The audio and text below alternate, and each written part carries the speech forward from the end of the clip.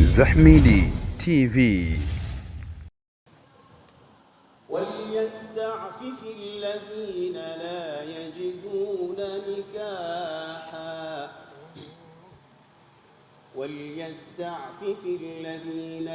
يجدون نكاحا حتى يغنيهم الله من فضله والذين يبتغون الكتاب مما ملكت أيمانكم فكاتبوهم إن علمتم فيهم خيرا وآتوهم من مال الله الذي آتاكم ولا تكرهوا فتياتكم على البغاء إن أردنا تحصنا لتبتغوا عرض الحياة الدنيا ومن يكرهن فإن الله من بعد إكراههن غفور رحيم. ولقد أنزلنا إليكم آيات مبينات ومثلا من الذين خلوا من قبلكم وموعظة للمتقين. صدق الله العظيم. Baada ya kusikiliza Qur'ani hiyo, hivi sasa moja kwa moja tunaingia katika tukio hili la ndoa, na msimamizi wa sheria zote hapa za ndoa naye si mwingine ni Ustadh Ali Asa Ali. Yeye ndiye atakayesimamia hili jambo mwanzo mpaka mwisho wake. Kwa hiyo tuendelee kuwa watulivu ili tuweze kulishuhudia jambo letu hili. Bismillahir Rahmanir Rahim. Innal hamdalillahi nahmaduhu wa nasta'inuhu wa nastahdihi wa nastaghfiruh. Wa na'udhu billahi ta'ala min shururi anfusina wa min sayyiati a'malina. Innahu man yahdihillahu fala mudilla lahu wa man yudlilhu fala hadiya lahu. وأشهد أن لا إله إلا الله وحده لا شريك له وأشهد أن سيدنا وحبيبنا وعظيمنا ومصطفانا محمدًا عبد الله ورسوله أرسله بالهدى ودين الحق ليظهره على الدين كله ولو كره المشركون. ثم أما بعد، إن الله أحل لنا النكاح وندب إليه وحرم السفاح وأوعد العذاب الأليم عليه. فقال تعالى: أعوذ بالله من الشيطان الرجيم. بسم الله الرحمن الرحيم.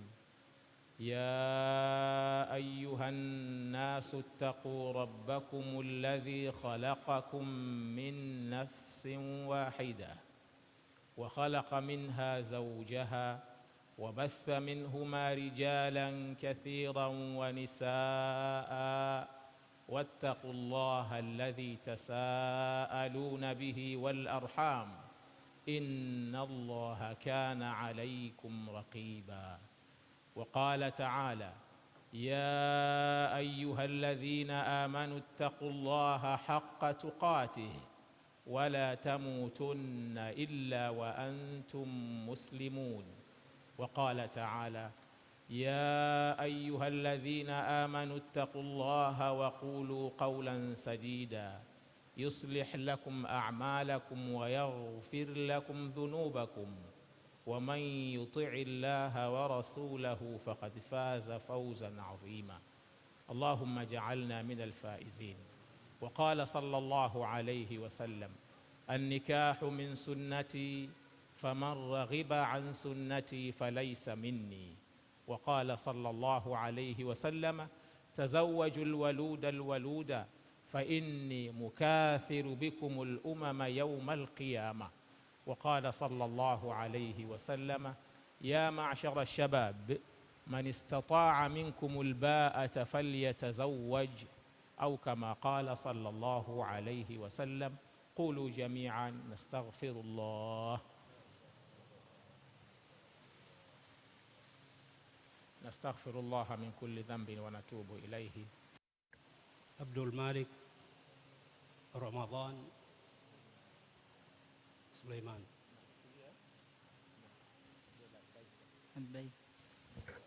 Nimekuozesha binti yangu Safia bin Masud bin Suleiman kwa mahari tuliokubaliana, uishi naye kwa wema, na ikibidi kuachana basi pia kwa wema. Nimekubali kumuoa binti yako Safia Masud Suleiman kwa mahali tuliyokubaliana, utaishi naye kwa wema. Nimekuozesha. Nimemuoa. Barakallahu lakuma wa baraka alaykuma wa jamaa bainakuma fil khair. Ndugu yetu Abdul Malik hivi sasa ni mume wa mtu. Mwenyezi Mungu amjaze kila la kheri. Tena amekwenda upande mzuri. Yeye ni mtu wa Qur'an na pia ameingia katika nyumba ya Qur'an. Tunatarajia matunda yatakayotoka ndani yake basi bado yatakuwa na asili ile ile ya maneno ya Mwenyezi Mungu Subhanahu wa Ta'ala. Hivi sasa ni wakati sasa wa kupewa nasaha. Ndugu yangu Abdul Malik, dhamana uliobeba ni nzito, inahitaji sana muongozo wa mashekhe zetu na wazazi wetu. Kwa hiyo muongozo wa kwanza utakaotoka utatoka kwa mwalimu wetu Sheikh Maulid Mapande. Yeye ndiye hivi sasa atakayetumia fursa. Wassalatu wassalamu ala rasulillah Muhammad ibn Abdillah wa ala alihi wa sahbihi wa mawala wa ba'd. Baada ya kumshukuru Allah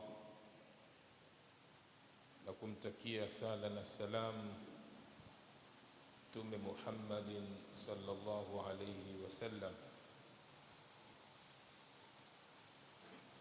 wallahi jambo nililopewa ni jambo kubwa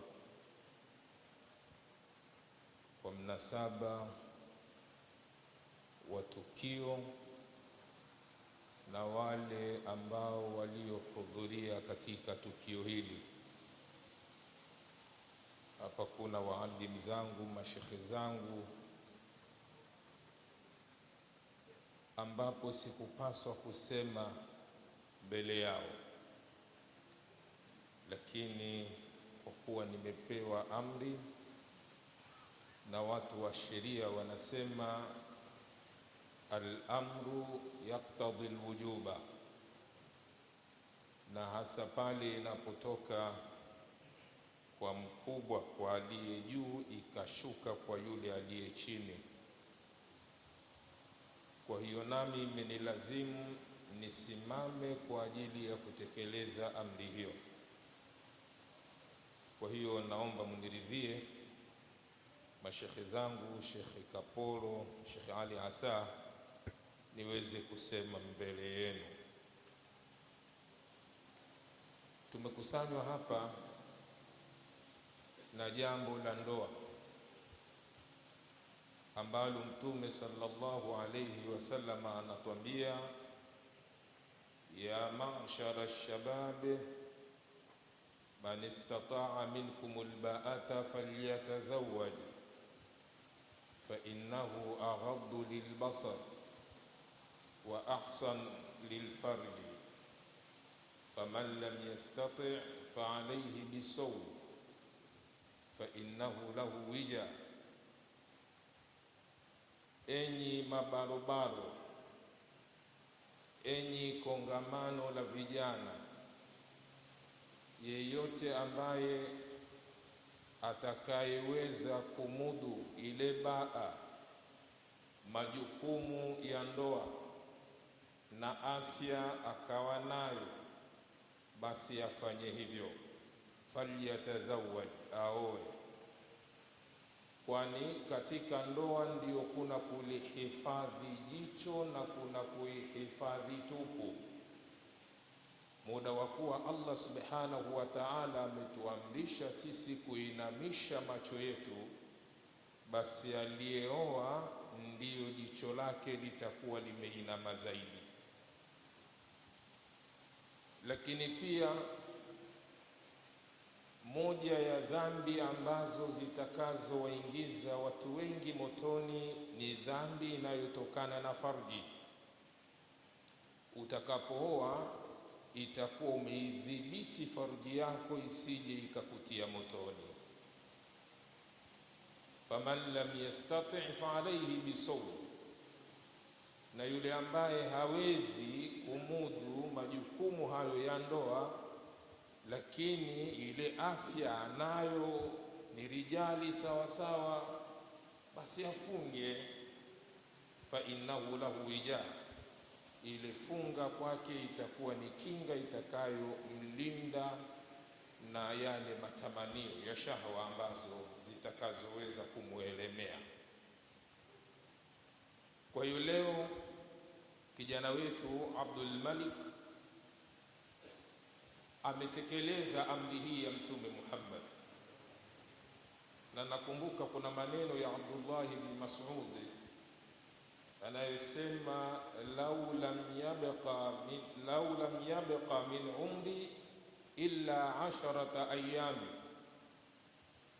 wa a'lamu anni amutu fi akhiriha wa li tawlu nikahi la tazawwajtu makhafata alfitna. Laiti kama pasingalibaki katika umri wangu isipokuwa siku 10 tu, na ikawa nina yakini kwamba baada ya siku 10 hizi kutimia, basi mimi nitakufa, lakini ikawa katika hifadhi yangu nimeweza kumiliki wakati huo kiasi fulani cha mahari, wallahi nisingalika uhuni, la tazawajtu makhafata alfitna, ningalioa kwa ajili ya kuiogopea fitna. Kwa hiyo, na nakumbuka kuna hadithi ambayo wanawachuoni nafikiri wameidhoofisha, lakini tunaweza kuitumia katika targhib. Mmoja katika sahaba wa Mtume Muhammad sallallahu alayhi wasallam aliyetambuliwa kwa jina la Ukaf, huyu alienda kwa Mtume Muhammad sallallahu alayhi wasallam. Mtume alimuuliza yule, ya Ukaf, hal laka min zawja, ewe Ukafu, wewe hivi unaye mke, wewe umeoa? Qala la, Ukafu anasema hapana, mimi sijaoa. Wala jaria, hata mjakazi hauna? Yule bwana anasema wala jaria, hata mjakazi sina mimi. Wa anta musirun bi khairi, na wewe una uwezo na uko sawa sawa kiafya, mzima kweli wewe? Yule bwana anasema wa ana musirun bi khairi, ila kama wanavyosema vijana, bado nipo kidogo. Mtume alimwambia, anta idhan min ikhwani shayatin, ikiwa hivyo unavyosema ndivyo, basi wewe utakuwa ni katika ndugu wa mashaitani. Inna sunnatana annikahu, hakika sunna yetu sisi mwenendo wetu sisi ummati Muhammadin sallallahu alayhi wasallam ni kuoa.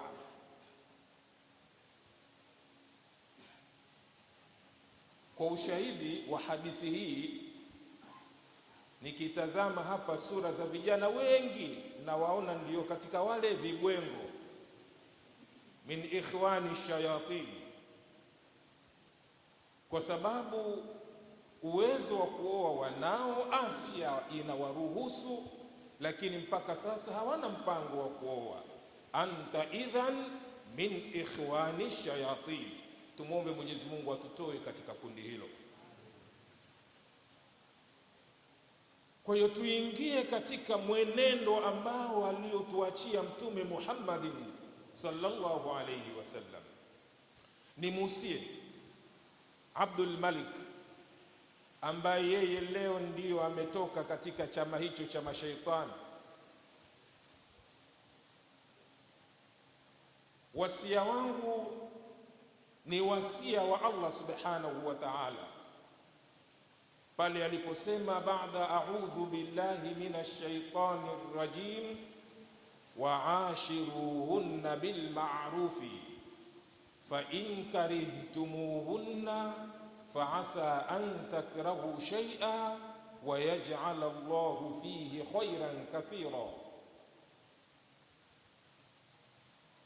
Wa ashiruhunna bil ma'rufi, na ishini nao hao wanawake kwa wema. Ishini na wake zenu vizuri. Na Mtume Muhammadin sallallahu alayhi wasallam anasema inna Allaha kataba al-ihsana ala kulli shay'in, hakika ya Allah subhanahu wa ta'ala ameandika ihsani, uwema katika kila kitu. Tena akasema idha qataltum fa ahsinul qitla, mkiua uweni vizuri. Inawezekana kuna mtu pengine ameua mwenzake huko anataka afanyiwe kisasi, basi muweni vizuri, sio kikatili katili. Kwa hiyo Abdul Malik, na wewe japo kama ikiwa mauaji yanatakiwa mtu umuue vizuri, basi nawe katika hayo mambo fulani na yawe vizuri vizuri. Inna Allaha kataba al-ihsana ala kulli shay'in. Lakini pia wa idha dhabahtum, na pale pindi mtakapochinja, fa ahsinu dhabha, chinjeni vizuri. Waliyuhidda ahadakum shafrahu, na mmoja wenu anapotaka kuchinja kisu chake aanze kukinoa vyema. Sio unachinja kisu chenyewe bado akija kalipa, haikina makali, wewe unataka usage tu shingo hivyo hivyo. Hapana, kiweke vizuri kisu chako.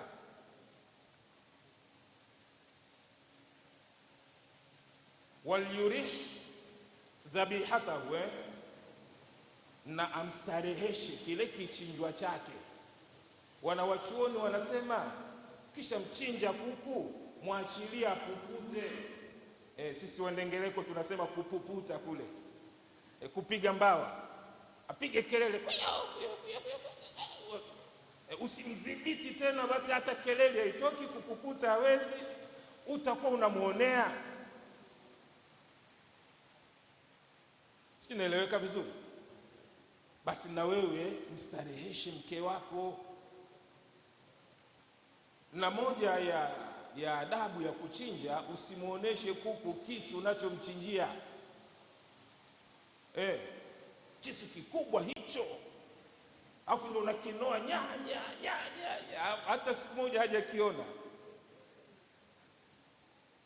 Kwa hiyo hizi adabu hizi zipatikane. Lakini tukiendelea na aya, Mwenyezi Mungu aliposema waashiruhunna bil ma'rufi fa in karihtumuhunna na ikiwa mtawachukia, fa asa an takrahu shay'a wa yaj'al Allahu fihi khairan kathira, uja nyinyi mkakichukia kitu na hali ya kuwa kumbe Mwenyezi Mungu ameweka katika kitu hicho kheri nyingi. Tena wayaj'al Allahu imekuja kwa mudhari lilhadiri walistiqbali, kwamba sio tu ameweka kheri, hapana, mpaka sasa hizo kheri bado zinamiminika kwa mke huyo. Vumilia. Hata Waswahili wamesema mvumilivu hula mbivu.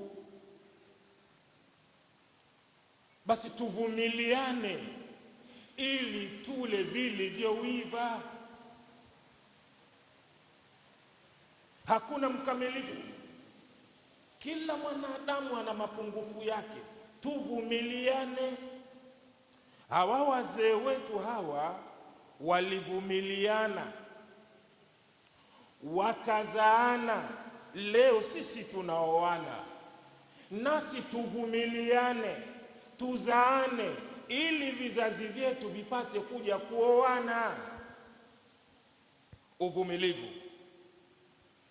Mtume Muhammadin sallallahu alayhi wasallam naye akatilia msisitizo maneno haya ya Allah subhanahu wa ta'ala pale aliposema, la yafrak mu'minun mu'mina in kariha minha khuluqa radiya minha akhara.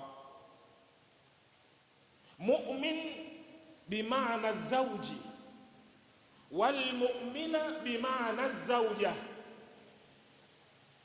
Mume asimchukie mke wake kwa ajili ya tabia fulani hivi, usimchukie. Kwani kwa namna Mwenyezi Mungu alivyoumba kimaumbile, in kariha minha khuluqa radiya minha akhara.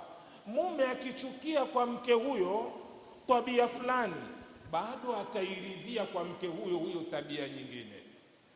Mvumilie kwa hili ambalo linalokuchukiza, ishi naye kwa mujibu wa lile ambalo linalokufurahisha.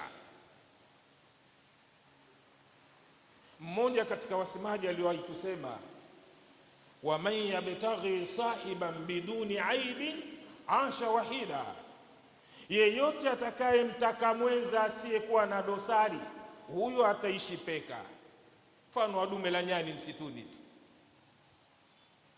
Sasa wewe usiishi hivyo, lakini kinachohifadhi ndoa ni lugha nzuri. Lugha nzuri kwa mkeo, hata akikosea mrekebishe kwa maneno mazuri, tena isiwe mbele za watu. Lingine ninaloweza kukwambia, jitahidi sana kupenda kumsifia mke wako. Kila unapomwona unamshukuru Mwenyezi Mungu mbele yake, umsifie mke wako. Maana usipomsifia watatokea wa kumsifia. Sasa hao wanaweza wakaharibu ndoa. Sasa msifie mwenyewe mkeo. Na Mwenyezi Mungu amekuruzuku wewe sauti nzuri kabisa, basi ukiwa na aya msomee aya za kumliwaza. Lakini wakati mwingine tafuta beti ambazo hata yeye anazijua maana, umliwaze nazo, muimbie. Hata kama zile nyizani zile wewe huna, basi tafute mtu fulani hivi nyimbo zake ziko vizuri. Siku hizi tuna waimbaji wengi katika dini, tuna waimbaji, si ndio? Tafuta tu chako. Katika sehemu hii nitoe na saa yangu hii, na tulijadili sana hii nukta, na haya si yangu mimi, ni Abdul Malik. Haya ninayoyasema sio yangu mimi, ni maneno yaliyotoka kwa Abdul Malik siku niliyokutana naye. Akawa ananiambia, baba, unalionaje hili jambo? Mbona watu wanakimbilia hivi? Mbona hivi? Na mimi nikasema yeye yupo na mimi alinizindua ili niwazindue ndugu zangu, niwazindue watoto wangu. Tusomeni, tuishike Qur'ani tukiwa na ilmu, tuiendeshe, tuihamasishe, kwa sababu Qur'ani yenyewe inajitosheleza. Qur'ani wewe utake ustake, yenyewe inajitosheleza. Wewe ndio unaweza ukapata sharafu kwa Qur'ani kama utaipa haki yake. Kwa hiyo tusome vizuri ili tuweze kuchukua majukumu ambayo yaliokuwa yako mazuri. Mungu amjalie kijana wetu ndoa yake iwe ndoa ya baraka, ndoa ya kheri, ndoa iliyokuwa na kizazi, ndoa ambayo iliyokuwa na riziki, ndoa ambayo iliyokuwa na mafanikio kwake yeye na kwa jamii ya umma wa Kiislamu. Wassalamu alaikum wa rahmatullahi wa barakatuh.